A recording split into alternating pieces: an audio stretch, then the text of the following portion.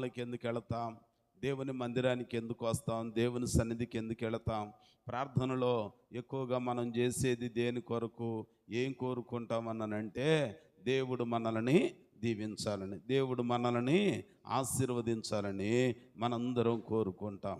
దైవికమైన దీవెన రావాలి అని అంటే బైబిల్ గ్రంథంలో కొన్ని పరిస్థితులను మనమే చూస్తూ ఉంటాం. ఈ పరిశుద్ధ గ్రంథంలో గుర్తు చేసుకుంటే భక్తుడైన యాకోబు దేవుని దీవెన కొరకు, దేవుని ఆశీర్వాదం కొరకు ఆ యబ్బోకు రేవు దగ్గర తాను అక్కడే రాత్రి అంతా మిగిలిపోయి దేవునితో పెనుగులాడుతూ, అయ్యా ఎందుకు నీవు నన్ను ఆపావు, ఏం కావాలి నీకు, ఏంటి విషయం అని అంటే ఆయన అంటాడు, ఏమి లేదయ్యా, నీవు నన్ను ఆశీర్వదించితే నేను నిన్ను పూర్ణిస్తాను అని అంటాడు. సరే, నేను ఆశీర్వదిస్తాను, మంచిదే. నేను ఆశీర్వదించాలి అని అంటే నీ పేరేంటో నాకు చెప్పు, నీ పేరేంటో నాకు చెప్పు. పేరు చెప్పొచ్చుగా, చెప్పట్లా. ఎందుకని? ఆయన పేరు యాకోబు. యాకోబు అనంటే మడిమను పట్టుకునేవాడు, అంటే బలత్కారి లేదా మోసగాడు. మోసగాడు. ఇప్పుడు బలత్కారులను దేవుడు ఆశీర్వదిస్తాడా? ఆశీర్వదించడు. అది మీకు తెలుసు, నాకు తెలుసు, మనందరికన్నా ముందు అడిగిన ఆయనకు కూడా తెలుసు. అందుకని ఆయన పేరు చెప్పట్లేదంట. పేరు చెప్పకుండా, అయ్యా నా పేరుతో నీకు కాదు, కానీ నీవు నన్ను ఆశీర్వదించు, నీవు నన్ను ఆశీర్వదించు అంటున్నాడంట. ఏనంటాడు, బాబాబు నువ్వు గనక పేరు చెప్పకపోతే నిన్ను ఆశీర్వదించడం కుదిరే పని కాదు. చివరికి తెల్లవారబోయేటప్పుడు అంటున్నాడంట, నేను సందకాడ నుండి అడుగుతున్నా, నువ్వు పేరు మాత్రం చెప్పట్లా. నువ్వు పేరు చెప్పకపోతే నీకు ఆశీర్వాదం అనేది రాదు. ఓ వ్యక్తికి దేవుని దీవెన, దేవుని ఆశీర్వాదం రావాలనంటే, మేలు కలగాలనంటే మొదటిగా ఒప్పుకోలు అనేది చాలా అవసరం. దేవుని ఎదుట ఒప్పుకోవాలి. కుడివైపునున్న దొంగ ఒప్పుకుంటున్నాడు, అయ్యా మనం చేసిన పనులకి శిక్ష సరిపడిందేరా, కానీ ఆయన నీతిమంతుడు, ఆయనలో ఏ దోషము లేదు. ఒప్పుకుంటున్నాడు. ఒప్పుకొని అంటున్నాడంట, నీవు నీ రాజ్యముతో వచ్చినప్పుడు నన్ను జ్ఞాపకము చేసుకో. సమరయ స్త్రీ తన సంగతంతా చెప్పగానే ఒప్పుకొన్నదంట. పాపాత్మురాలైన స్త్రీ యేసు పాదములను కన్నీటితో తడిపి పశ్చాత్తాపడుతూ ఆమె తప్పిదాలన్నీ పైకి నోటితో శబ్దం చేసి చెప్పట్లేదు, కానీ మూలుగుచ్చు తన గుండెను పగలగొట్టి ఆయన ఎదుట ఒప్పుకోలు బుద్ధిని చూపించిందంట. ప్రియులారా, ఈ పగటికాల సమయంలో దేవుడు ఒక వ్యక్తిని దీవించాలి, దేవుడు ఒక వ్యక్తిని ఆశీర్వదించాలి. ఆ దీవెన ఆశీర్వాదం ఒక రోజుకు వచ్చి పడేది కాదు. ఆయన ఎదుట ఒప్పుకోలు కావాలి, దిద్దుబాటు కావాలి. దేవుని ఎదుట మనల్ని మనం తగ్గించుకోవాలి, మన తప్పిదాలను మనం ఒప్పుకోవాలి.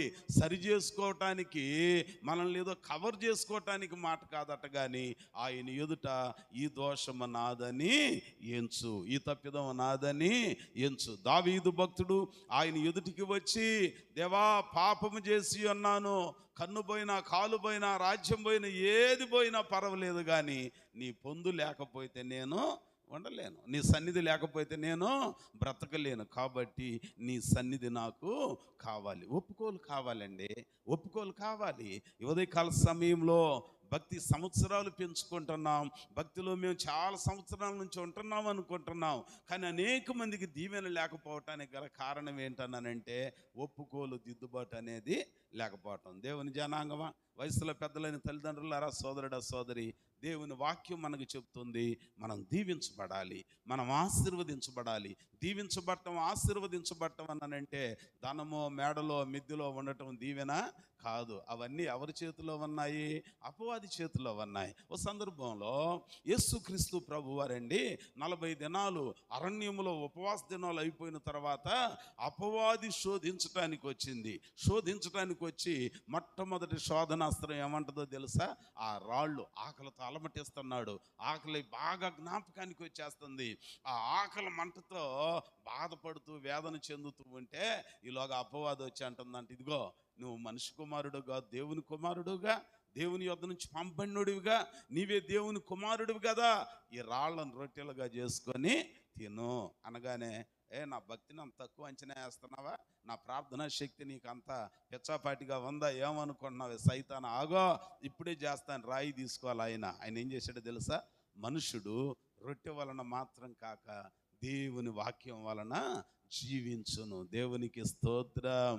ఇంకోసారి ఏం చేస్తున్నాడు తెలుసా? కాస్త గాలికి అటు తిరిగి ఇటు తిరిగి మళ్ళీ వచ్చాడంట. వదిలిపెట్టడు, వెంటనే వదిలిపెట్టడో, మళ్ళీ వచ్చి అన్నాడంట, పైకి యెరూషలేము కొండ శిఖరం మీదకి తీసుకెళ్ళి అన్నాడంట, ఇదిగో ఈ రాజ్యంలో ఉన్న ధన సంపద, మహిమ, ఘనత, పేరు, ప్రతిష్టలు అన్నీ చూశావా? చూశాను. ఇవన్నీ నాకు అప్పగించబడి ఉన్నవి. నీవు నాకు మ్రొక్కితే నేను వీటిని నీకు ఇస్తా. అప్పుడేమనంటాడు తెలుసా? ఇదిగో నీ దేవుడైన యెహోవాకు తప్ప దేనికి సాగిల పట్టడానికి, దండం పెట్టడానికి, మ్రొక్కటానికి వీలు లేదు. దేవునికి స్తోత్రం. వాక్యంతో ఎదిరిస్తున్నాడు. దేవుని సన్నిధిలో లోకంలో చాలా ఉంటాయి.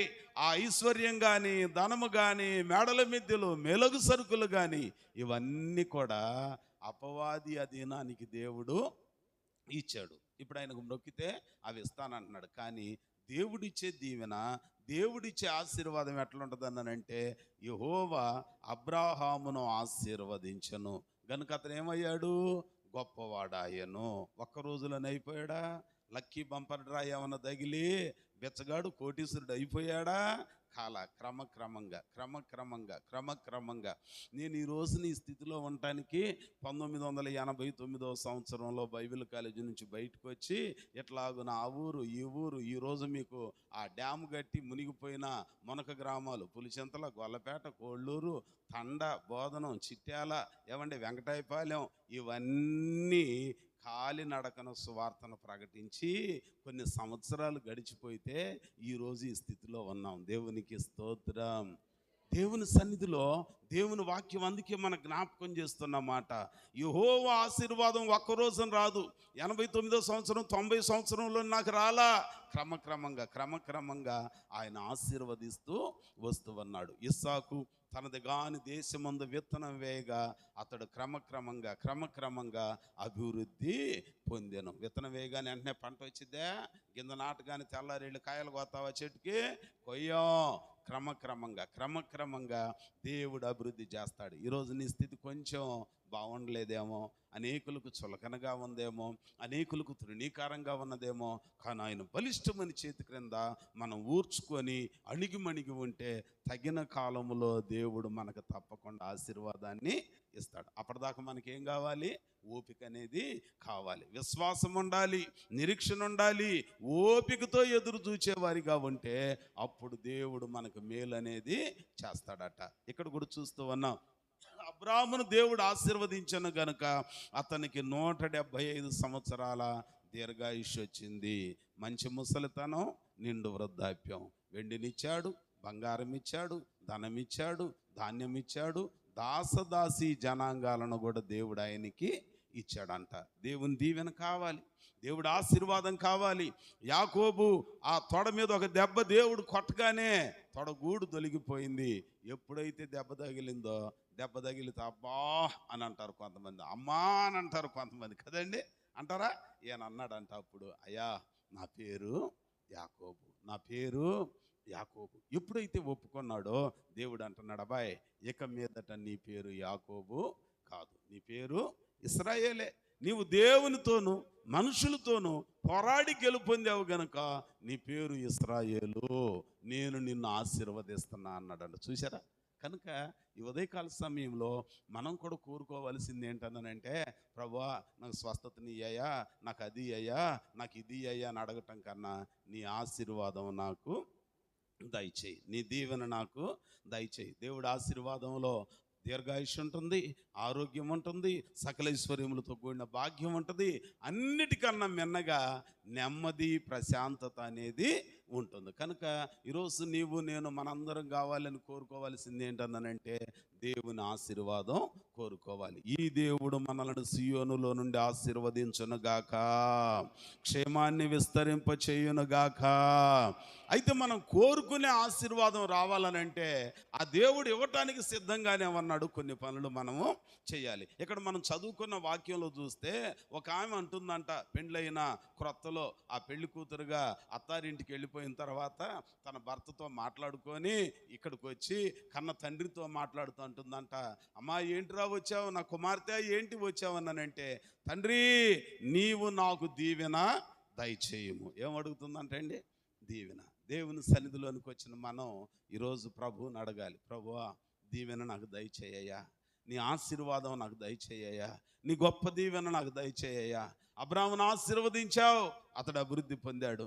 యాకోబును ఆశీర్వదించావు, ఇశ్రాయేలుగా దీవించబడ్డాడు. అయ్యా, హాగరును ఆశీర్వదించబడ్డాం, చద్దాం అనుకునేది బ్రతికి అనేకులకు ఆశీర్వాదకరంగా మారిపోయింది. అయ్యా, నన్ను కూడా ఆశీర్వదించాయా, నా కుటుంబాన్ని ఆశీర్వదించాయా, నా వంశాన్ని ఆశీర్వదించాయా, నా ఇంటిలో పాదికి నీ దీవెన దయచేయి ప్రభు అని మనం అడగాలి.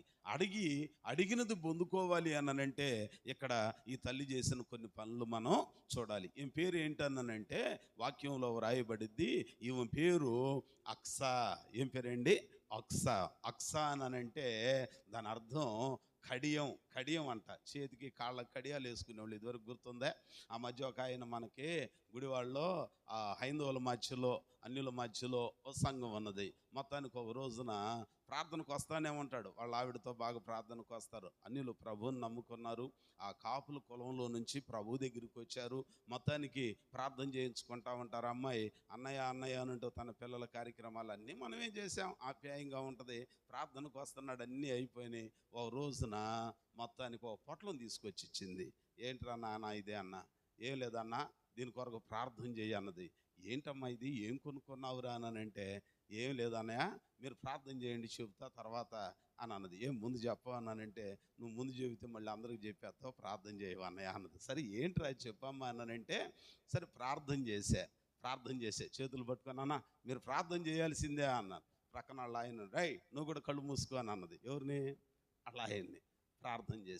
ప్రార్థన చేసిన తర్వాత ఆ పేపర్ అట్లా ఓపెన్ చేసి చూస్తే దానిలో కడియం ఉంది. ఏంటిదండి అది? కడియం.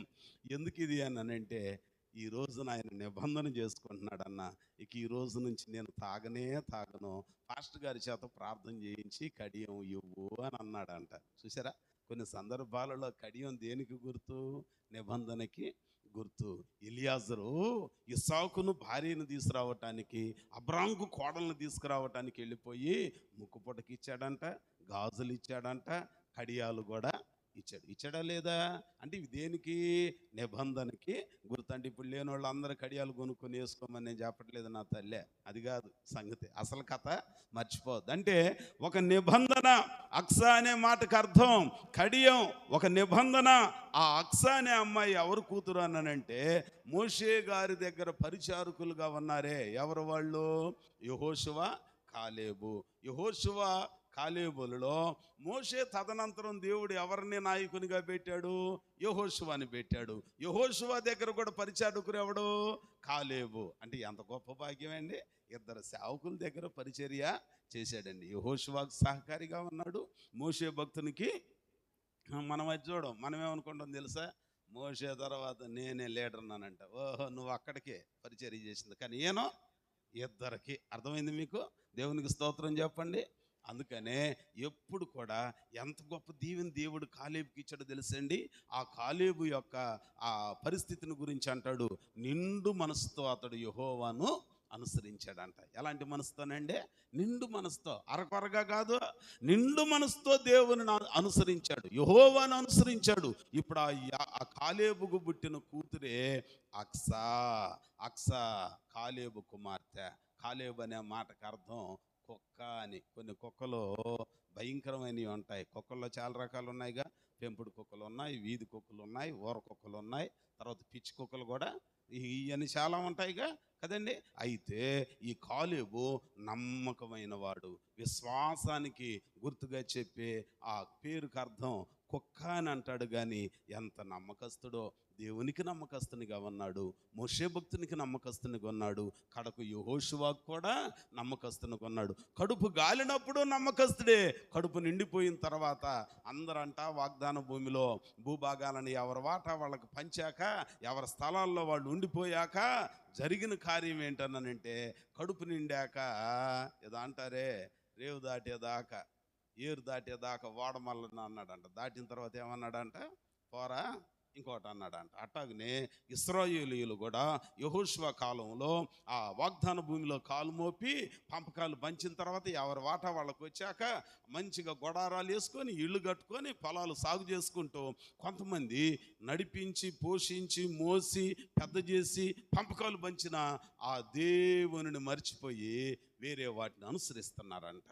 అప్పుడు యెహోషువ అంటాడు, ఎంతకాలం నేను నీకు చెప్పను రాబాయ్, అరే బాబాయ్, చిన్నమ్మా, అన్న, తమ్ముడా, చాలా కాలం నేను నీకు చెప్పాను రా, మీరు వింటలేదేక, ఇక మీరు ఎవరిని సేవిస్తారో నాకు అనవసరం, నేనైతే 15వ అధ్యాయంలో అంటాడు కదా, ఏమనంటాడు, నేనును నా ఇంటి వారును యెహోవానే. బా, ఎంత మంచి స్టేట్మెంట్ అండి.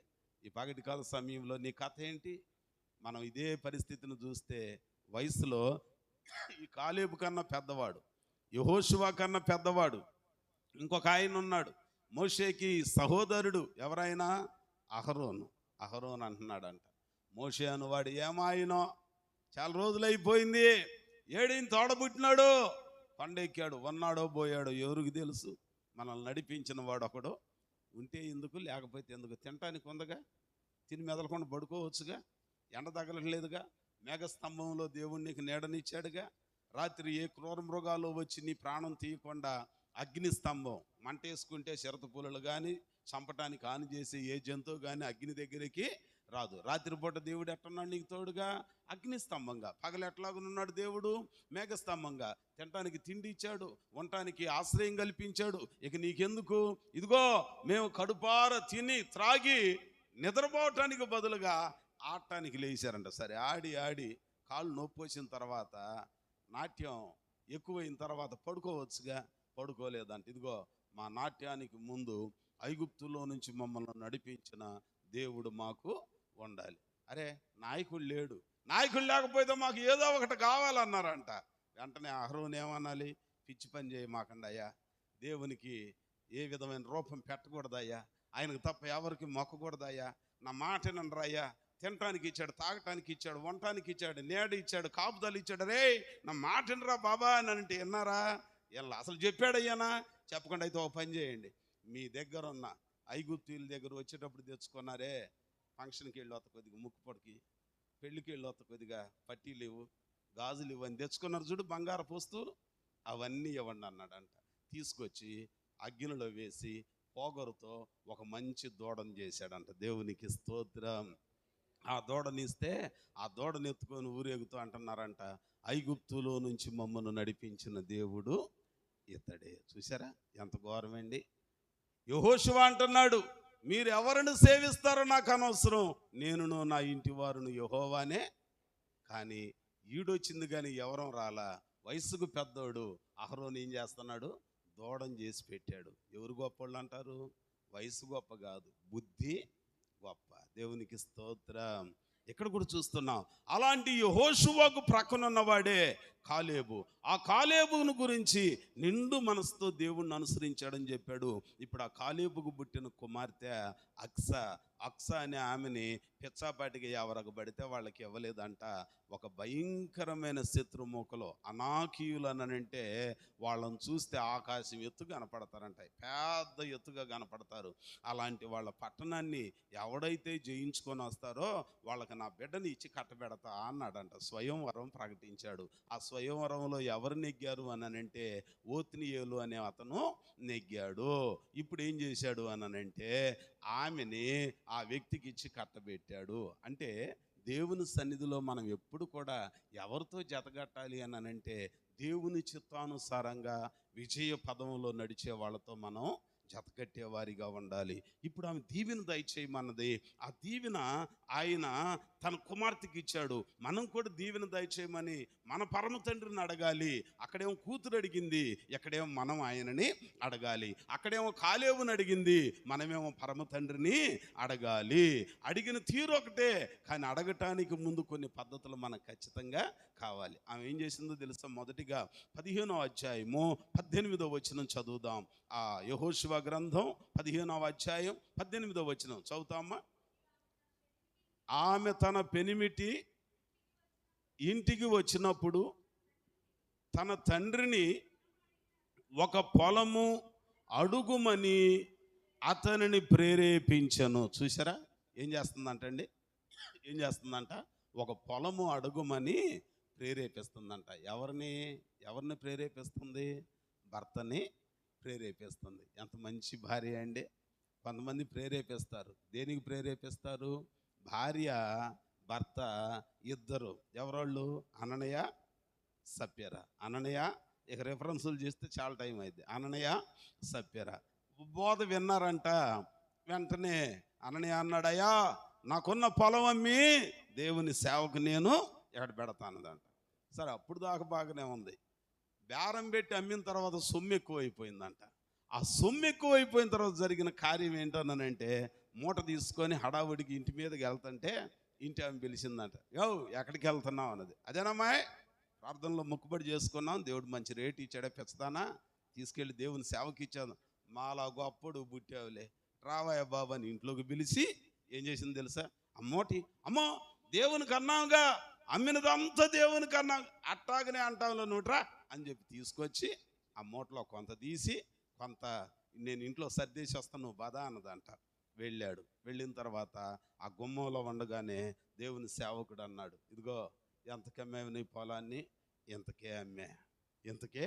వెంటనే అంటున్నాడంట, ఇదిగో పరిశుద్ధాత్మను దేవునిని మోసం చేయటానికి సిద్ధపడ్డావా అనగానే అతడు అక్కడనే పడి చనిపోయాడు. ఈడ్చుకొని సమాధికి తీసుకెళ్లారు. ఆయన ఎంత గొప్పోళ్ళండి, వాళ్ళ ఆవిడ వచ్చేదాకా కూడా ఉంచలేదంట.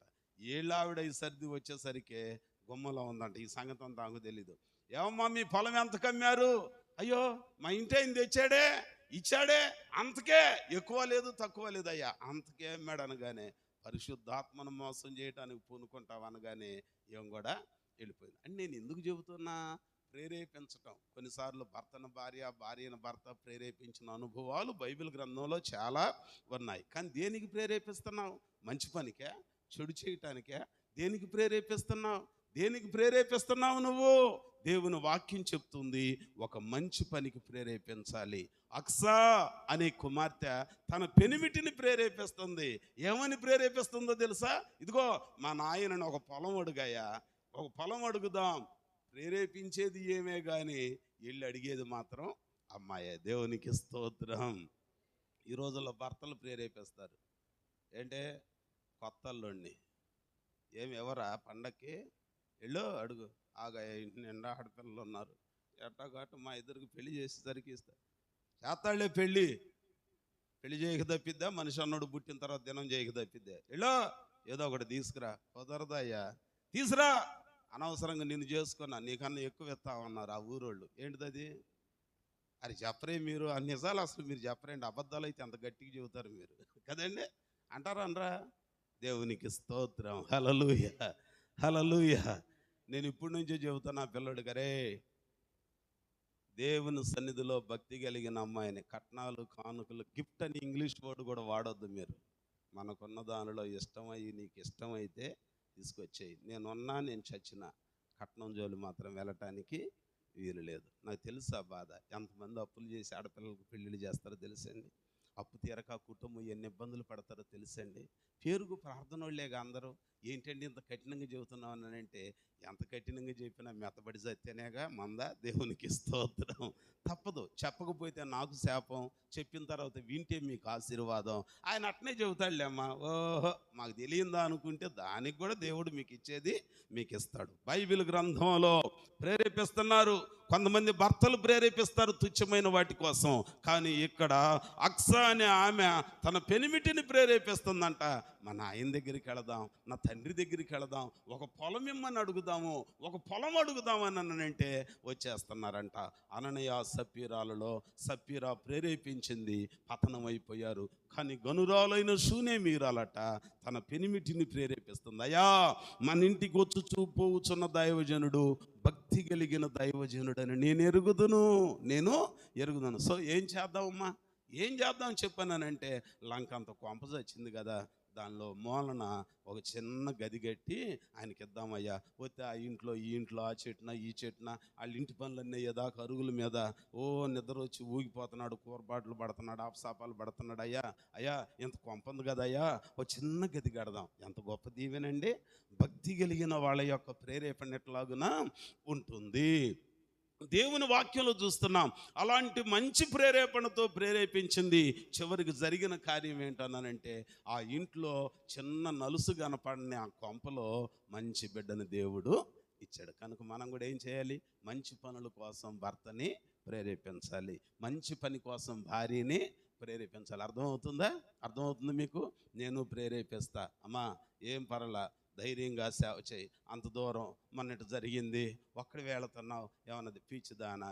ఏం కాదు, దేవుడు మనకి తోడై ఉంటాడు. ప్రతి కష్టం వెనక ఏదో ఒక దీవెనని దేవుడు ఖచ్చితంగా ఉంచుతాడు, ఏదో ఒక ఆశీర్వాదాన్ని ఖచ్చితంగా ఉంచుతాడు. పరిచర్య చెయ్యి. నా ఆరోగ్యం కొన్నిసార్లు నిలబడలేకపోతున్నా, 2 చోట్ల వాక్యం చెప్పలేకపోతున్నా, చెయ్యాలి.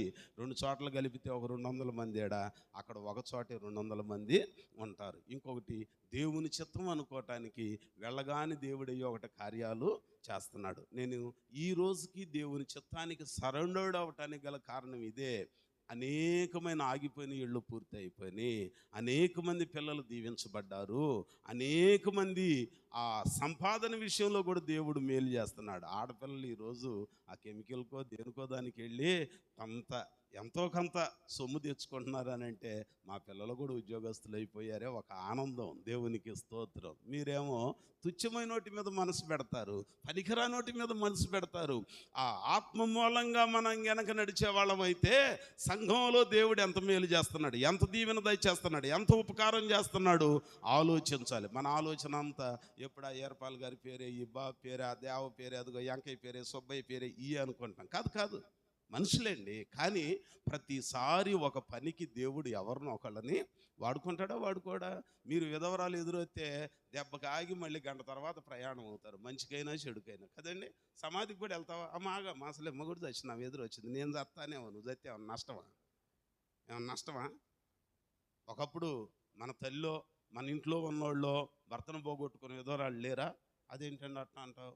మా అమ్మ అట్ట కాదండి, పిచ్చి లెక్క అది. మగాడికి వయసు పెద్దది ఉంటుంది, ఆడకూతురికి వయసు తక్కువ. కాలానుకూలంగా చూస్తే ఎవరు ముందు పోతారు? అది చెప్పరేంటి మీరు? నాకు అర్థం కాదు. ఆడపిల్ల పోతారా? యాక్సిడెంటల్గా మనం చెప్పలేము, కానీ కాలానుకూలంగా చూస్తే వయసు పైబడిన వాళ్ళు పోతారు. అంటే ఈ వయసు పైబడిన వాళ్ళు ఎవరు? భార్య భర్త. వీళ్ళు చెప్పలే బాబు, నువ్వు చెప్పు. ఎవరా? పోనీ మనమని చెప్పు, మనమే కదండి. ఈ గుంపు అంతా ఏమవుతారు? ఉంటారు. ఈ గుంపులో నన్ను కన్నా మా అమ్మ ఉంటుంది, నిన్ను కన్నా మీ అమ్మ ఉంటుంది, నీ తోడబుట్టిన చెల్లు అక్క ఉంటుంది, నా తోడబుట్టిన వాళ్ళు కూడా ఉంటారు. మీకు అర్థమైందే? అంటే మన ఇంట్లో కూడా ఉంటారుగా విధవరాళ్ళు.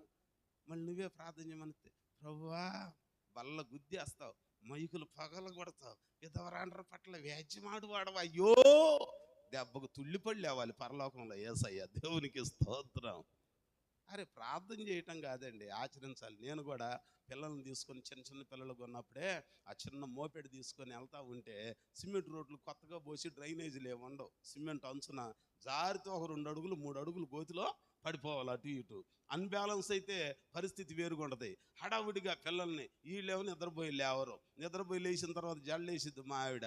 మా ఇద్దరు పిల్లలు ఎట్ట గొలుసుకుంటారు జడలో, ఏది వేసిన తర్వాత. దీనికి జడేసుకోవటం చేత కాదు, 2 జడలు వేయాలి. కాన్వెంట్కి వెళ్ళేటప్పుడు ఎట్ట కొలుసుకుంటుంది, ఈ చెవు దగ్గర నుంచి ఇటు, ఈ చెవు దగ్గర దెబ్బకి బీకేసిద్ది. ఏంటమ్మాయనంటే, ఇది పైకి వేసిందయ్యా ఆమె, ఇది కిందకి వేసిందయ్యా ఏమే అని అంటది. ఇవి చెప్పకూడదు, కానీ బ్యాలెన్స్ చేసి నేనేసి తీసుకెళ్ళేవాడిని. లేకపోతే ఇంట్లో ఈ పోరాటంతో నేనేడజావను. దేవునికి స్తోత్రం. ఈ హడావుల్లో వెళుతుంటే భర్త చనిపోయిన వాళ్ళు కొంతమంది ప్రార్థన వాళ్ళు ఎదురు వస్తారు. ఆ డ్రైనేజీకి, ఈ తడికల సాటికి వాళ్ళ పంచన ఎడకి వెళ్తారు. మా నువ్వురా ఎదురురా అని అంట. కాదులయ్యా పిల్లల్ని తీసుకెళ్ళి. ఏమైద్ది విధవరాలు ఎదురు వస్తే పడిపోయి చచ్చిపోతావా? నువ్వు రాకపోతే చాలామంది చచ్చిపోతున్నారు విధవరాళ్ళు ఎదురు రాకుండా. మరి వాళ్ళందరి కారణం నువ్వు కాదుగా. కాబట్టి దేవుడు తోడై ఉండాలి. దేవునికి స్తోత్రం. విధవరాండ్రును చిన్న చూపు చూస్తే వారి పట్ల ఎవరు వ్యాజ్యమాడతారు? ఆ, కాబట్టి మనం ప్రేరేపించేది చాలా జాగ్రత్తగా ప్రేరేపించాలి. నేను ఇంచుమించు 3 సంవత్సరాల నుంచి మిమ్మల్ని ప్రేరేపిస్తున్నా. నానా రీతులుగా మీరు భక్తిలో పెరగాలని, ఉన్న అలవాట్లు మార్చుకోవాలని, మాట శైలి మారాలని, చూపు తీరుతెన్నులు మారాలని, నడక మారాలని, నడత మారాలని, స్థితిగతులు మారాలని 3 ఏళ్ల నుంచి ఇంచుమించు మిమ్మల్ని ప్రేరేపిస్తున్నా. నయానో భయానో, కక్ష చేతనో మిష చేతనో, కొన్నిసార్లు కోప్పడి, కొన్నిసార్లు ప్రేమతో, లాలనతో, దండనతో నేను మిమ్మల్ని ప్రేరేపిస్తున్నా. కానీ మీరెవరు నన్ను ప్రేరేపించారా? మీరెవరు నన్ను ప్రేరేపించారా? ఫిలిప్పు నతనీయేలును ప్రేరేపించాడా అంట. అంజూరపు చెట్టు కింద కూర్చున్నాడు. ఎక్కడికి వెళ్తున్నావు? నజరేతు వెళ్తున్నా. పడుచువాడు యేసున్నాడే, అద్భుతాలు చేస్తున్నాడన్నా, గుడ్డోళ్ళకు చూపిస్తున్నాడు, కుంటోళ్ళకి నడకిస్తున్నాడు, ఆయనే మెస్సయ్య అని నాకు అర్థమైపోయింది, నా మటుకు నేను నమ్మా, నేను వెళుతున్నా అన్నాడంట. అయినా ఆయనకున్న క్వాలిటీస్ అన్నీ నేను ఒప్పుకుంటున్నాను. అబ్బాయి బ్రదరు, నజరేతు మంచిది కాదు కదా, దోపిడీ దొంగలు ఉన్నారు. ఏ వ్యాపారం చేసేవాడైనా సెంటర్ పాయింట్ నజరేతు. ఆ టౌన్లో నుంచి వెళ్ళాలి, వెళ్ళేటప్పుడు దారి దోపిడీ చేస్తున్నారు, హత్యలు చేస్తున్నారు. అలాంటి చెడిపోయిన ఊరిలో మంచివాడు ఎట్లా కనపడతాడు? అన్నీ నమ్ముతున్నాను, కానీ అది ఒక్కటే ఆయన బర్త్ ప్లేస్ చూసుకొని నాకు కొంచెం డౌట్ వస్తుంది. నజరేతులో ఆ అనుభవం చూసుకొని ఆయన పెరిగిన విధానం, ఆ ఊరువాడు అనేసరికి నాకు నమ్మలేకపోతున్నాను అని అంటే, అప్పుడు ఆయన అంటాడంట, కమ్ అండ్ సీ, వచ్చి చూడు, ఆయన మంచివాడో కాదో వచ్చి చూడు. ప్రేరేపించాడు. నువ్వు నన్ను ప్రేరేపిస్తున్నావా? మాకు కూడా కొంతమంది ఉన్నారు ఈ మధ్య, మారు మనసు లేకుండా వీళ్ళ ఆయన తాగి ఎరగదంతంటే తన్నిచ్చుకుంటుంది, కానీ ఆయన్ని ప్రేరేపించదు. షారోన్ మందిరంకి వెళ్ళే మీలాంటి వాళ్ళని కొంతమంది, ఒకసారి అక్కడికి వెళ్ళొద్దామరా, ఒకసారి అక్కడికి వెళ్ళొద్దామరా, ఎక్కడైనా ప్రార్థన. అరే మారని వాళ్ళని మార్చు, గుడికి వెళ్ళని వాళ్ళని మార్చు, ఇంతవరకు ప్రార్థనకి వెళ్ళని వాళ్ళని మార్చు. ప్రేరేపించట్లా. మారిన వాళ్ళని అటు దిప్పి ఇటు దిప్పి ఇటు దిప్పి అటు దిప్పి గందరగోళం చేసి చివరికి భయం లేకుండా, భక్తి లేకుండా చేసేస్తున్నారు. ప్రేరేపించాలి. మనం దేనికి ప్రేరేపించాలి అని అంటే, ఓ వ్యక్తి మారటానికి ప్రేరేపించాలి, ఒక వ్యక్తి బాగుపడటానికి ప్రేరేపించాలి, ఒక వ్యక్తి ప్రేమలో ఎదగటానికి ప్రేరేపించాలి. తన భర్తను ఆమె ప్రేరేపిస్తుంది. ఏమని ప్రేరేపిస్తుంది అని అంటే, ఇదిగో మా తండ్రి దగ్గరికి వెళ్ళి ఒక పొలం అడుగుదామని ప్రేరేపిస్తుందంట. మనం కూడా ఎంకరేజ్ చేయాలి, కొంతమందిని పురికొల్పాలి, కొంతమందిని రగిలింప చేయాలంటే. ఈ మాట చదువుతుంటే నాకు ఆ మాట గుర్తొస్తుంది. ఒకసారి చూడండి, ఈ మాట చదవండి. హెబ్రీలకు రాసిన పత్రికలో అనుకుంటా ఓ చక్కని మాట గ్రంథకర్త తెల్లగా భలే విషయాన్ని ఆయన గుర్తు చేస్తా ఉంటాడు. కొందరు ఆలస్యమని ఆయన రాకడా అనుకుంటూ భయం లేకుండా, భక్తి లేకుండా, ప్రార్థనలో నిర్లక్ష్యం, భక్తిలో నిర్లక్ష్యం, ఎట్టాగును బడితే అట్టాగును బ్రతుకుతున్నారంట. అందుకని ఆ 10వ అధ్యాయంలో, హెబ్రీలకు రాసిన పత్రిక 10వ అధ్యాయము 23వ వచనం చదువుదాం తల్లి. 23, వాగ్దానము చేసిన వాడు నమ్మదగిన వాడు గనుక మన నిరీక్షణ విషయమై మనం ఒప్పుకొనినది నిశ్చలముగా పట్టుకొందుము. కొందరు మానుకొనుచున్నట్టుగా సమాసముగా కూడుట మానక. ఎందుకు మానుకుంటున్నారు వీళ్ళు? మొదట బాగానే ఉన్నారుగా, ఇప్పుడు ఎందుకు ప్రార్థనకు మానుకుంటున్నారు? ఇప్పుడు ఎందుకు సంఘంలో మానుకుంటున్నారు? ఇప్పుడు ఎందుకు వాక్యం వింటలా? ఇప్పుడు ఎందుకు వాక్యం చదవట్లా? ఇప్పుడు ఎందుకు బైబిల్ అట్టుకోవట్లా? కారణం ఏంటి అనంటే, ఆయన రాకడ ఆలస్యము అయ్యేసరికే కొంతమంది ప్రేరేపిస్తున్నారు. అంటే అయ్యగారులు అందరూ ఎట్నే చెబుతారు, అయ్యగారు మాయలో బండినోళ్ళు విశ్వాసులు కూడా ఎట్నే చెబుతారు, రాకడ వస్తుంది, మారు మారు మారు మారు అంటారు. ఎప్పుడు వచ్చింది రాకడ? మన తాతల కాలం నుంచి చూసాం. వచ్చిందా రాకడ? వచ్చిందే. ఇదివరకు మైక్ సిస్టమ్ లేనప్పుడే రేగు డబ్బాలు బగలగొట్టి, బ్రిటానియా బిస్కెట్ డబ్బాలు బగలగొట్టి, ఎంత పొడుగు బోర చేసి బోర పెట్టుకొని, యేసురాజుగా వచ్చుచున్నాడు, పరలోక రాజ్యం సమీపించి ఉన్నదే, మారు మనసు పొందండి అని అప్పుడు చెప్పాడు. అప్పటి నుంచి ఇప్పుడు దాకా చెబుతానే ఉన్నావు. నువ్వు టెక్నాలజీ పెరిగిపోయింది, మైక్లో ఒకసారి హలో అని అంటే అలలలలో అని అంటుంది. అదే ఎక్కువ టెక్నాలజీ పెరిగిపోయింది. ఆనాటి నుంచి ఈనాటికి చెబుతున్నారు, కానీ ఆయన వచ్చింది లేదు, నమ్ముకున్న వాళ్ళని తీసుకొని పోయింది అని ప్రేరేపిస్తున్నారంట కొంతమంది. ఎప్పుడైతే ఈ మాట చెప్పారే, నిజమే, వీళ్ళందరూ ఇక్కడ చెబుతున్నారు, కానీ ఉట్టిదే. ఎక్కడుంది రాకడ, ఎక్కడుంది పరలోకం, ఎక్కడుంది నరకం అని మారినోడు కూడా మళ్ళీ ఏమైపోతున్నాడు? మాయలోకి వెళ్ళిపోతున్నాడంట. కారణం ఏంటనంటే రాకడ ఆలస్యమైనది. కొందరు రాకడ ఆలస్యమైనదని చెప్పి సమాజముగా కూడటం మానుకుంటున్నారు. కానీ మీరున్నారే, మీరైతే కొందరు మానుకొనుచున్నట్టుగా సమాసముగా కూడుట మానక ఒకరినొకడు ఏం చేయాలంట? హెచ్చరించడం అంటే ఏంటి? కబడదార్, రేపటికి నేను లేపేస్తాను, నీ అంతు చూస్తా. ఇది కూడా వార్నింగే. ఇదిగో, ఇట్ ఈస్ సెకండ్ వార్నింగ్. కొంతమంది టెంపర్ వాళ్ళు అంటారు it's first and last warning. అబ్బో, ఇక టైం లేదంటే ఆయనకి. ఒకవేళ దేవుడు మన ప్రాణం తీసేస్తే ఏమవుతాం చెప్పగలమా? ఎగిరెగిరి ఇప్పుడు నేను చెబుతున్నా, ఏమన్నా గ్యారెంటీ ఉందా ప్రాణానికి? మళ్ళా మన మాట ఏంటి అడుగుతారు ఉందా? అందుకే ఎప్పుడు కూడా ఒకళ్ళనొకళ్ళు ఏ విషయం హెచ్చరించాలి? తమ్ముడా, ఏంటి రోజు ప్రార్థనకు రాలా? రాబుద్ది కాలేదయ్యా, నన్ను అడగమాకనంటే మెల్లిగాడిని కూర్చోబెట్టి ఒక గ్లాసు మంచినీళ్ళు ఇచ్చి కాఫీ ఇచ్చి, అనకూడదురా నాన్న, యేసు ప్రభు మన కోసం ప్రాణం పెట్టారు, ఎలైజా పెట్టలేదుగా, దేవసాయం గారు రక్తం కార్చలేదుగా, బాబేమే ఒకటి తక్కువ 40 కొరడా దెబ్బలు ఒక దెబ్బ కూడా తినలేదుగా, వెళతాం మనకెందుకు? దేవుని కోసం వెళదాం. స్తోత్రం చెప్పరేంటి? ప్రేరేపించి ఎప్పుడన్నా ఈ చెప్పాలి మనం. ఒకరిని ఒకడు హెచ్చరించుచు ఆ దినము సమీపించుట మీరు చూచిన కొలది. ఏ దినం అంట? మీరు పాడతారుగా, అదే ఆ రోజు యేసయ్యా ఉగ్రత రోజు, 7 ఏండ్ల శ్రమల రోజు. అంటే ఆ దినము సమీపించడం మనకు తెలిసిపోతుంది. కరువులు వస్తున్నాయి, భూకంపాలు వస్తున్నాయి, అక్రమం విస్తరించిపోతుంది. ఆ దినము సమీపించటం మీరు చూచిన కొలది మరి ఎక్కువగా లాగున చేయుచు ప్రేమ చూపుటకును సత్కార్యములు చేయుటకును ఒకరిని ఒకడు ఏం చేయాలట? ఏం చేయాలండి? పురికొల్పటం అన్న దగ్గర 2 అని క్రింద ఏమని రాశాడు? ఏమని రాస్తాడు ఫుట్ నోట్స్లో? దాని అర్థం అమ్మా ఏం రేపటం? అప్పుడప్పుడు మండుతున్న పొయ్యికి తెల్లగానో లేకపోతే కొంచెం బ్రౌనిష్గానో మొత్తానికి నిప్పు కనపడకుండా నివురు గప్పినట్టుగా ఉంటుంది కదా. ఊదురు గొట్టం తీసుకొని, మీకేం తెలుసులేమ్మా, మేమంటే మోటోండి కాబట్టి చెబుతున్నాం ఊదురు గొట్టాల గురించి. మీరందరూ పొగలేని పొయ్యిలు తెలుసు, ఈ మధ్య కరెంటు పొయ్యిలు కూడా వచ్చినాయిగా కదండి. ఊదురు గొట్టం తీసుకొని ఆ ఊదురు గొట్టంతో ఎంతమంది కొడుకులు కూతుళ్ళు దెబ్బలు తిన్నారు, తిన్నోళ్ళకి తెలుసులే, ఇప్పుడు వాళ్ళకి ఊరుకున్నాయి కదండి. ఆ ఊదురు గొట్టం తీసుకొని అని ఊదగానే నిప్పు కనపడందా, కాస్త తెల్లని పొట్టు పక్కకి వెళ్ళిపోయి ఎర్రని చింత నిప్పుల్లాగా కనపడిద్ది. అది రేపటం. అర్థమైందే? ఒకవేళ భక్తిలో వాళ్ళ మాటలేని ప్రార్థన మానేసి మసిబారిపోయామేమో. ఆరిపోయేదాకా ఉండమాక.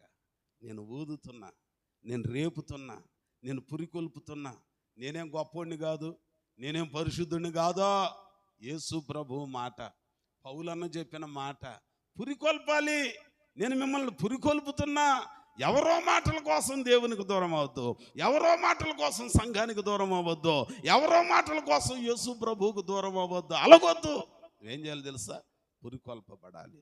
నేను ఊదుతున్న ఊదురు గొట్టం తీసుకొని ఊదినట్టుగా వాక్యములో లేఖనాన్ని ఆధారం తీసుకొని ఊదుతున్నా. ఎంత అర్థమయ్యేటట్టు చెప్పినా కూడా నువ్వు బెర్రని బిగ తీసుకుంటే నేను చేయగలిగేది ఏమే?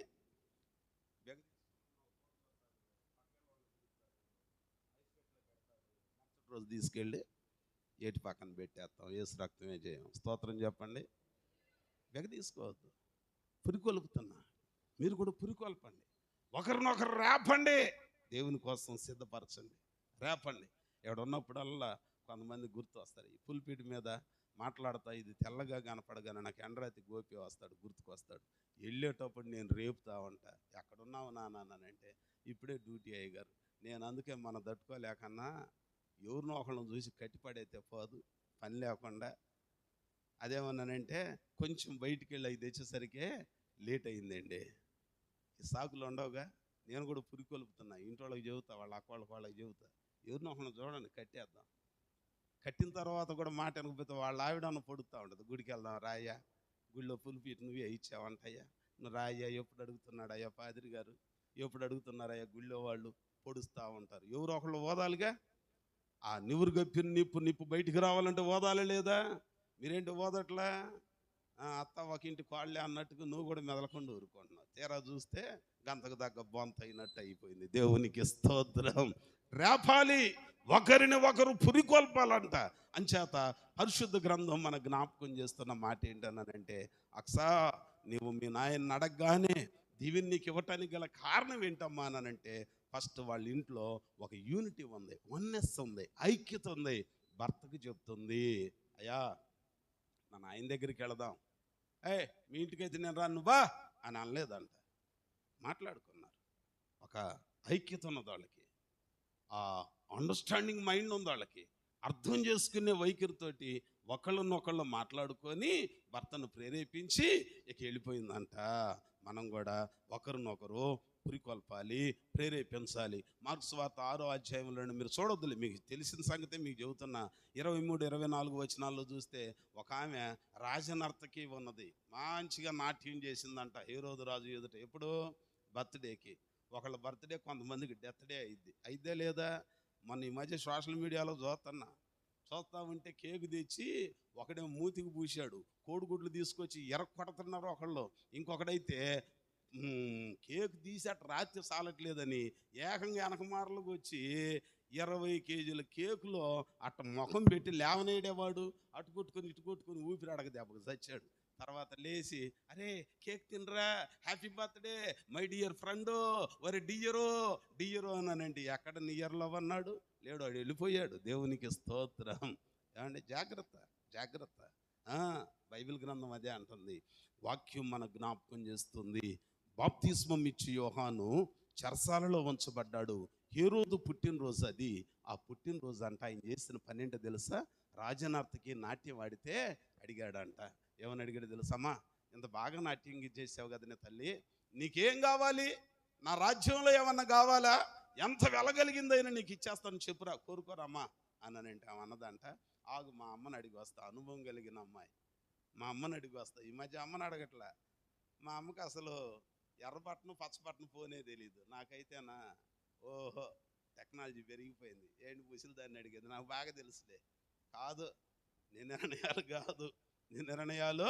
కాదు, అడిగి వస్తా అని చెప్పి అడిగితే ఆమె అన్నదంట, ఫలానా రోజున బాప్తిస్మం ఇచ్చే యోహాను నన్నెట్లాగునా అన్నాడు, కాబట్టి ఆడి తల కావాలని కోరుకో అన్నదంట. ప్రేరేపించింది దేనికండి?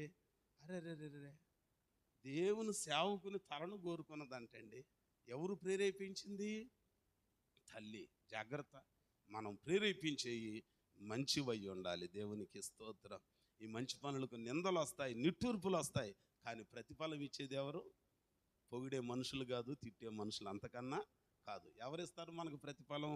పరలోకమందున్న దేవుడు ఇస్తాడు. దేవునికి స్తోత్రం. వెంటనే ఆ మాట చెప్పగానే గాడిదని సిద్ధం చేసి వచ్చేసిందంట. ఆ గాడిద మీద నుంచి దిగి 18వ వచనం, 15వ అధ్యాయం యెహోషువ గ్రంథం 18వ వచనంలో చూస్తే భర్త భార్య ఇద్దరు మాట్లాడుకొని కూతురు ప్రయాణమయ్యి వచ్చిందంట. 18వ వచనంలో చూస్తే అంటున్నాడు, మరియు ఆమె గాడిదను దిగగా కాలేబు ఆమెను చూచి నీకేమి కావాలనని ఆమెని, ఒకవేళ గర్వంతో ప్రౌఢి పిల్లలాగా అక్కడే కూర్చుందనుకోండి, అడిగేవాడు ఆ మాట, వీళ్ళ అమ్మకున్న బుద్ధి ఉందిరా బాబు ఈ అమ్మాయికి అని అనేవాడు కదా. అంటే ఈయన మంచివాడు అయినట్టు, నా బుద్ధి సగం వచ్చిందని అంటారు అటువంటి వాడికి. అదే మంచి పని చేయని ఎవరనుకున్నాం, నా బ్లడ్ అండి అంటారు. చెడు చేస్తేనో పనికి మాలిందని చేసుకున్నా, అప్పుడే అనుకున్నా దీని పోలికలు వచ్చినాయి అని అంటారు కదా. ఎంత గొప్పవాళ్ళు వీళ్ళు కదండి. దేవుని వాక్యంలో మనం చూస్తున్నాం. ఆమెట గాడిద మీద నుంచి దిగింది.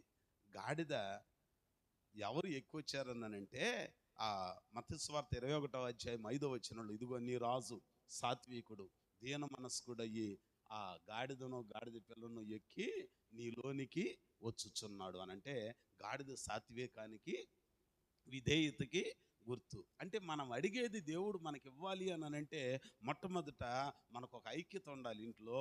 రెండవది, ఇల్లు అని అంటే సంఘం. తర్వాత ప్రేరేపించాలి. ఇట్లాగ ప్రార్థన చేద్దాం, వాళ్ళకి బాగోలేదంట, వీళ్ళకి బాగోలేదంట, దేవదానం గారికి బాగోలేదంట, ఫలానా మొగిలిచెర్ల ఆ దేవదాస్ గారికి బాగుండలేదంట, లేకపోతే ఇంకొకళ్ళకి బాగోలేదంట, ఇంకొకళ్ళకి బాగోలేదనంట. ప్రేరేపించాలి. ఏం చేయాలంటే అండి, ఒకళ్ళనొకళ్ళు ప్రేరేపించుకోవాలి. ప్రేరేపించుకున్న తర్వాత అడగటానికి ఆయన దగ్గరికి వచ్చేటప్పుడు మనం ఎట్లాగ ఉండాలనంటే విధేయత కలిగిన, తగ్గింపు కలిగిన వారిగా ఉండాలి. సాత్వికం ఉండాలి, తగ్గింపు ఉండాలి.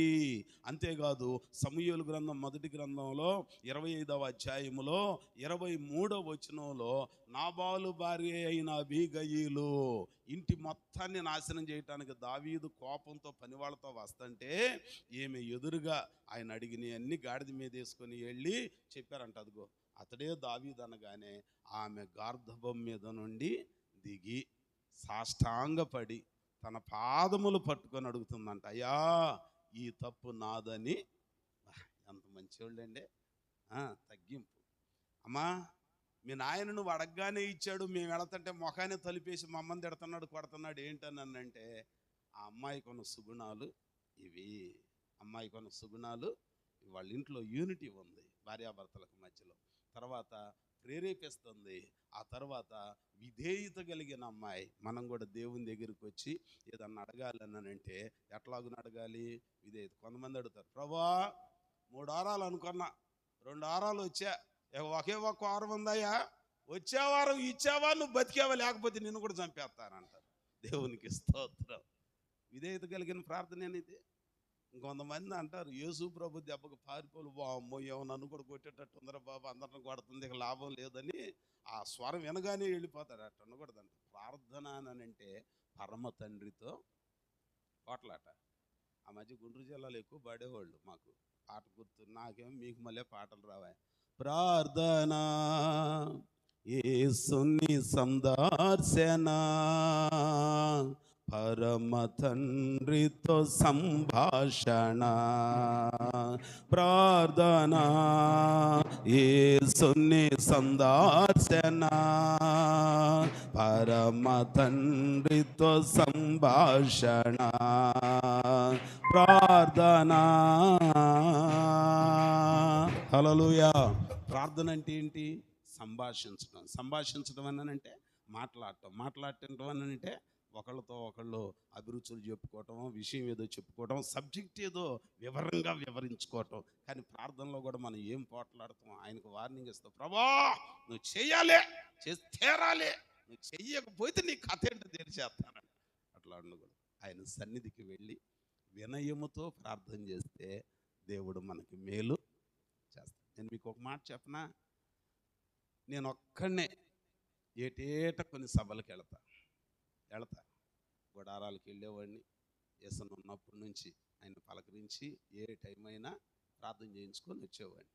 ఆ తర్వాత బైబిల్ మిషన్ నాగార్జున యూనివర్సిటీ దగ్గర పెడతారు కదా, వెళ్ళేవాడిని. అది ఎవరికి కనపడను. వచ్చిన వాళ్ళు అందరూ బైబిల్ కొనటానికని పోస్మేట అయితే తింటాం, జిలేబీ తింటాం, దుమ్ము కొట్టుకుంది, కోటాలు అయిపోవటం, వీళ్ళకి డయేరియా పట్టుకోవటం. అసలు ప్రార్థనలు కూర్చొని చస్తేనే వీళ్ళు బయట తిరగటానికే సరిపోద్ది కదండి. నేను చేస్తాను తెలుసా, అందుకే ఎవరన్నా వస్తారన్నా నేను రానియకుండా నేను ఒక్కడనే వెళ్ళిపోతా. నేను ఒక్కడనే వెళ్ళిపోయి కారు ఎక్కడో దూరంగా, మళ్ళీ పారిపోవటానికి అనుకూలంగా ఉండాలిగా, మళ్ళీ ట్రాఫిక్లు ఇరుక్కుపోయి అయ్యేది, దూరంగా పెట్టేసి బీపీ షుగర్ ఏం లేదు కాబట్టి నడుచుకుంటూ దేవుని దయ వలన వెళ్ళిపోయి ఓపెన్గా ఎక్కడో వెనక మారల ఆ గుంపు వెనక కాస్త ఎడంగా కూర్చొని ప్రశాంతంగా దేవుని సన్నిధిలో సేవకులు చెప్పే 2 మాటలు విని నిండు మనసుతో కన్నీటితో ప్రార్థన చేసుకొని వస్తా. దేవునికి స్తోత్రం. హల్లెలూయా. పుల్పీటి మీద ఉండి చెప్తున్నా, దేవుని సన్నిధికి మనం వెళ్ళామని అంటే గుడివాడ నుండి బెజవాడ దాటి గుంటూరు దాటి గోరంట్ల, గుడివాడ నుండి బెజవాడ నుంచి గుంటూరు యూనివర్సిటీ దాకా వెళ్ళామనంటే డబ్బులు తేరగా రావు. పోయితే పోయింది సొమ్ము. అంతకన్నా విలువ కలిగింది ఎవడు మన దగ్గర తీసుకోలేనిది మనము సంపాదించాలి. అదేంటి రోషం కలిగిన భక్తి. అంతేగాని 100కు 200 అతయ్యా అవి కాదు. దేవునికి స్తోత్రం. ప్రార్థన చేసుకున్నాడు. ఆ ప్రార్థన చేస్తే ఎంతమంది చెప్పినా మా నాన్నకున్న త్రాగుడు ఎవ్వరూ మార్చలేకపోయింది. నేను కూడా చెప్పకుండా నా దేవుడే మార్చాడు. దేవునికి స్తోత్రం. హల్లెలూయా. 13 ఏళ్ళు పిల్లలు లేని నా జీవితానికి దేవుడే మాకు పిల్లల్ని ఇచ్చాడు. యెహోవాకు అసాధ్యమైనది ఏది లేదు. సంగతి చెప్పాలి, వివరంగా చెప్పాలి, విధేయత కలిగి చెప్పాలి. ఇంకొక మాట చెప్పాలనంటే ఆదికాండం 24వ అధ్యాయం 64వ వచనంలో రెబ్కాను తీసుకొస్తున్నాడు. ఇక నా మాటలు ముగిస్తున్నాను, టైం కూడా అయింది. ఆ రెబ్కానట అబ్రాం కోడలుగా ఇస్సాకు భార్యగా తీసుకొస్తా ఉంటే వెంటనే తీసుకొచ్చే ఎలియాజరు వెనక ఒంటి మీద ఏం కూడా కూర్చుంది. ఊరు బయట అవుట్ కట్స్లో సాయంకాలం పూట పొలంలో ధ్యానం చేస్తున్నారు. మరి మీరేం చేస్తున్నారు? చల్లబోట మీటింగ్లు వేస్తూ ఉంటాం, చల్లబోట ఏటిగట్టుకి వెళ్ళొద్దామని వెళ్తూ ఉంటాం. నేను కూడా తుఫాన్లో చిక్కుపోయి సాయంకాలానికి మన పిల్లలు ఈ బాబు, రాజు, దేవ ఒకసారి వీరపాలన్న మేమందరం వెళ్ళాడు. మమ్మల్ని అయితే అసలు పడవలో తీసుకెళ్ళాడు. దేవునికి స్తోత్రం. ఎక్కడక్కడ దాకా తీసుకెళ్ళాడు, చెక్ పోస్ట్ దాకా. ఏమండి, చల్లబోట వెళ్తాం. కానీ చల్లబోట ఏం చేస్తారో తెలుసా? ఆయన చల్లబోట ఆదాముతో సంభాషించుచుండేను. ఎక్కడ? ఏదేం తోటలో కదండి చల్లబోట. ఆ పొలంలో ఇస్సాకు ధ్యానం చేస్తూ ఉన్నాడంట. వెంటనే అమ్మాయి అడిగింది, రెబ్కమ్మ అడిగి, అయ్యా ఆయన ఎవరు అన్నానంటే, అతడే నా యజమానుడు, నీకు కాబోయే యజమానుడు, నా యజమానుని కుమారుడు అయ్యున్న నీకు కాబోయే భర్త ఇస్సాకు అనగానే, అవునా, ముక్కు మొఖం దూరంగా ఉన్నాం, సరిగ్గా చూద్దామని చూడలేదంట. ఈ మధ్య అసలు పెళ్లి చూపులు అంటేనే విసిగేస్తుంది. నేను దానికి డెడ్ అగ్నెస్ట్ అండి. ఆడియంటూ వచ్చి ఎట్నే చూస్తూ ఉంటాడు. ఆ రోజుల్లో సరిపోయింది. ఈ రోజుల్లో పరాయోళ్ళ దగ్గర అసలు నువ్వు ఆడపిల్లవైతే నీకు తెలిసేది. దేవునికి స్తోత్రం. ఈ మతి లేని మంద కూడా సరిగ్గా చూడు, అమ్మా ఇంకోసారి కాఫీదే, రేపు నీ కూతురున్నట్టు తెప్పితే తెలిసిద్ది నీకు కూడా. దేవునికి స్తోత్రం. పాస్టర్ గారు కూడా విడ్డూరమైన బాధ లైవ్లోని చెబుతున్నా, షార్ట్ మాట కాదు బెదరు, మందంతా డైరెక్టే. ఏం చూడాలండి, ఇవి చూడాలా? కన్నుపాటు కాలుపాటు అక్కడే చూడాలి. నువ్వు కాస్త ఆలస్యం చేసుకొని చూసి రావచ్చుగా. ఏమండే చెప్పాడంట ఎలియాజరు, ఆయనే నీ కాబోయే భర్త అనగానే దూరం నుంచి ఎత్తు చూద్దాం, లావు చూద్దాం, నడక బాగుందా, కాలుపాటు బాగుందా, ముక్కు బాగుందా, పలువరస బాగుంది, ఏం చూడలేదంట. చూడకుండా టక్కున ఒంటి మీద నుంచి దిగి ముసుగు వేసుకుందంట. ఎంత గొప్ప విధేయత అండి! ఈరోజు ఉందా విధేయత? కొంతమంది భర్తలను పిలిచే తీరు తెన్నులు చెబితే ముత్యాలు వచ్చి వందనాలు కూడా చెప్పరు దారిలేక. మరి దేవునికి స్తోత్రం కదండి. మారాలి, దేవుని దగ్గరికి వచ్చాక మారాలి. ఇదివరకటి రోజుల్లో నేర్పేవాళ్ళు. ఏమని నేర్పేవాళ్ళు తెలుసమ్మా? మన ఊరి పిల్లోడే, మేనత్ పిల్లోడే, కానీ పేరు పెట్టి పిలవమాకమ్మా. ఏమని పిలవను? అప్పుడు అండీలు బండీలు లేవుగా. ఏమన్నా బావా అని పిలువమ్మా. నేను పిలవను, నాకు సిగ్గు. ఏమయ్యో అని పిలువ. అరే ఒరే అని మాత్రం పిలవమాకమ్మాయి. అప్పుడు చెప్పేవాళ్ళు. ఇప్పుడు అన్న అసలు పట్టించుకోడు, పనికి మాలినోడు పట్టించుకోడే, వాడికి అసలు ఏం తెలుసు అనగానే, ఊరి పెద్దది మా అమ్మే ఇట్ట అంది కాబట్టి రే నువ్వు అసలు పట్టించుకోవని మా అమ్మ అప్పుడే అన్నదరని 4 కలిపి తిట్టిద్ది. ఇట్ట తయారైంది సమాజం. జాగ్రత్త. వాక్యం చెప్పే మాట ఎప్పుడైతే నీ కాబోయే యజమానుడు అని చెప్పారో వెంటనే ఒంటి మీద నుంచి దిగి ముసుగు వేసుకున్నది విధేయతకు గుర్తు. మనం కూడా పరమ తండ్రి దగ్గరికి ప్రార్థన చేసి కొన్ని అడగటానికి, దీవెన నాకు దయచేయి అని అడగటానికి వచ్చేటప్పుడు ఒకటి యూనిటీ ఉండాలి, రెండవది ఒకళ్ళనొకళ్ళు ప్రేరేపించుకోవాలి, మూడవది మనకేం ఉండాలనంటే తగ్గింపు అనేది ఉండాలి. ఎవరి దగ్గరికి వస్తున్నాం మనం? దేవుని దగ్గరికి వస్తున్నాం. ఎవరి ఎదుటికి వస్తున్నాం? దేవుని ఎదుటికి వస్తున్నాం. తగ్గింపు ఉండాలి. తగ్గింపు కలిగిన వారిగా ఉంటే దేవుడు నిన్ను హెచ్చిస్తాడు. రిబకా దిగి ముసుగు వేసుకున్నది. అందుకే అనేక వేల మందిలకే కాకుండా ఆమె గర్భములో నుంచి రాజులు వచ్చారు, గొప్ప గొప్ప వాళ్ళు వచ్చారు. లాస్ట్ అండ్ ఫైనల్ వర్డ్ ఇంకొకటి ఏంటో తెలుసండి, చూడండి. అందులో ఒకటి ఆమె ప్రేరేపించింది, రెండవది ఆయన దగ్గరికి వచ్చింది, మూడవది ఏం చేస్తుందనంటే విధేయత కలిగి ఉన్నది. వచ్చిన తర్వాత ఆ తండ్రి సమీపమునకు వచ్చి అడుగుతుందంట, ఏం కావాలి నీకు అని అంటే, అయ్యా నాకు దక్షిణపు భూభాగాలను ఇచ్చావు కదా, నాకు నీటి మడుగులను కూడా ఫలం ఇచ్చావు, కానీ పొలానికి ఏం కావాలి? అదేంటండి, కాలువ ఉన్నదో కిర్లాస్కర్ మోటార్ వేసి ఇంజిన్ వేసి పెట్టుకోవచ్చు కదండి. ఆ రోజుల్లో లేవు. ఆ రోజుల్లో ఉంటే సంటే ఈ గోల ఉండేది గానే కాదు. పైగా ఆ దేశంలో నదులు కాలువలు లేవా అని అంటే, మీరు అడుగు పెట్టి స్వాధీనపరచుకొని పోవు దేశం మెరకలు లోయలు కలిగిన దేశం, ఎత్తు పొలాలు కలిగిన. అమ్మో మరి ఎట్లాగనండి అక్కడ పంట అనంటే, అది ఆకాశ వర్ష జలమును త్రాగును.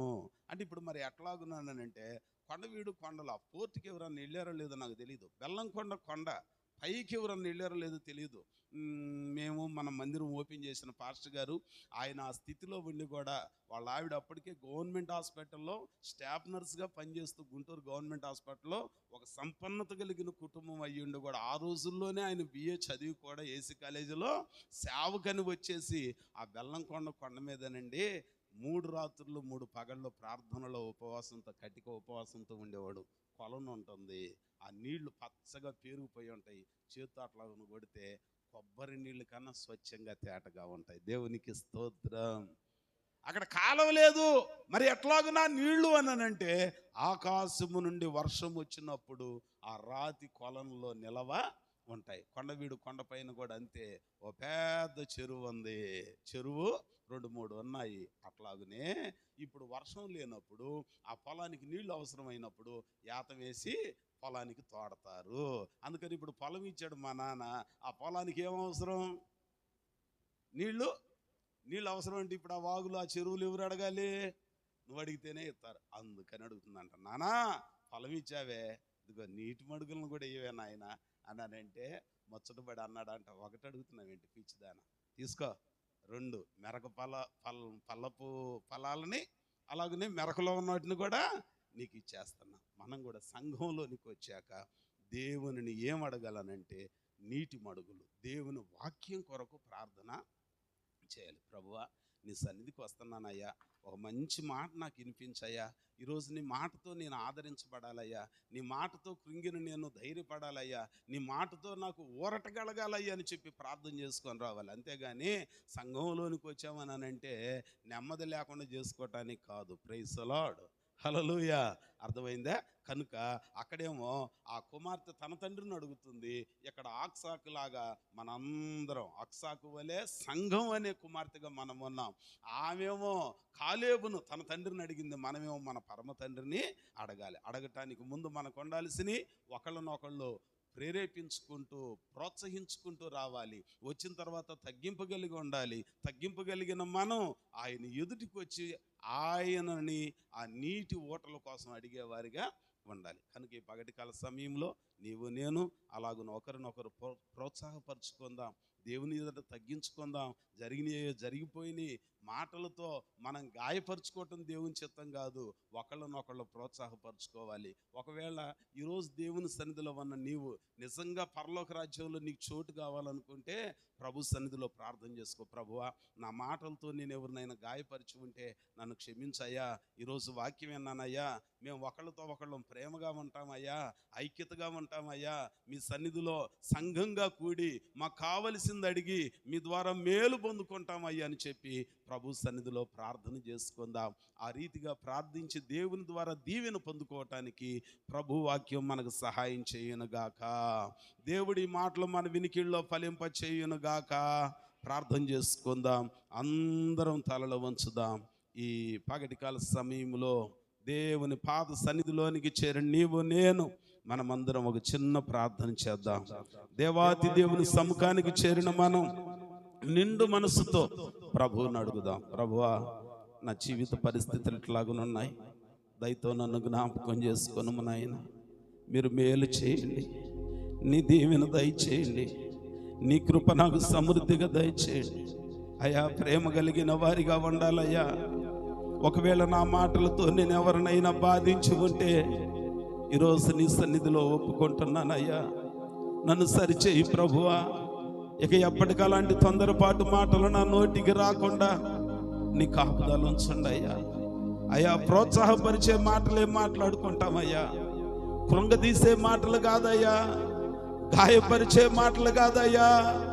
మా ప్రాణం ఎప్పుడు ఉంటుందో ఎప్పుడు వెళ్ళిపోద్దో తెలియదయ్యా. మనుషులం గనుక తొందరపాటుగా ఏమైనా మాట్లాడుకొని ఉంటే ఈరోజు నీ సన్నిధిలో ఒప్పుకుంటున్నామయ్యా. మమ్మల్ని మన్నించు ప్రభువా. బహు విధేయత కలిగి మీ ఎదుట అడుగుతున్నానయ్యా. ప్రార్థన చేయవా? ఒక చిన్న ప్రార్థన. గతం గురించి ఆలోచించొద్దు, ఒప్పుకోలు కావాలి.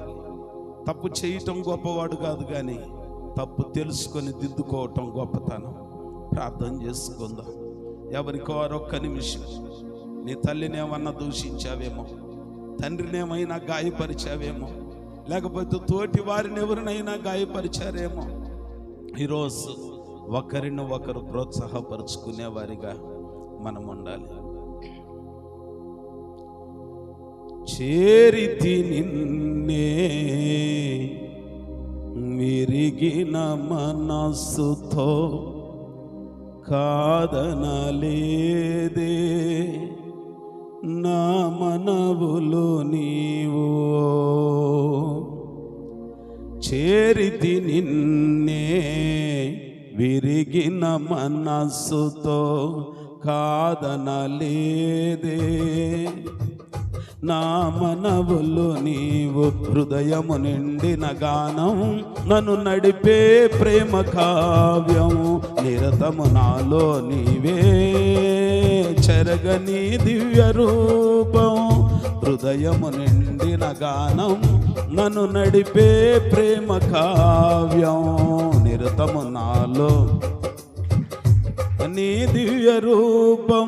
ఇది నీ బాహుబంధాల అనుబంధమా, తేజో విరాజా. స్తుతి మహిమలు నీకే నా యేసురాజా, ఆరాధన నీకే. తేజో విరాజా, స్తుతి మహిమలు నీకే నా యేసురాజా, ఆరాధన నీకే. నీ ప్రేమ నాలో మధురమైనది, అది నావు కందని క్షేమ శిఖరము. నీ ప్రేమ నాలో మధురమైనది, అది నావు కందని క్షేమ శిఖరము. ఏది కోరుకున్నావు ప్రేమ చూపి నన్ను పరవశించినాలో మహిమ పరతు నిన్నే. సర్వకృపానిధి నీవే, సర్వాధికారివి నీవో, సత్య స్వరూపివి నీవో, ఆరాధింతును నిన్నే. సర్వకృపానిధి నీవో, సర్వాధికారివి నీవో, సత్య స్వరూపివి నీవో, ఆరాధింతును నిన్నే. నీ ప్రేమ నాలో మధురమైనది, అది నావు కలుదని ప్రేమ శిఖరము. నీ ప్రేమ నాలో మధురమైనది, అది నావు కలుదని శిఖరము.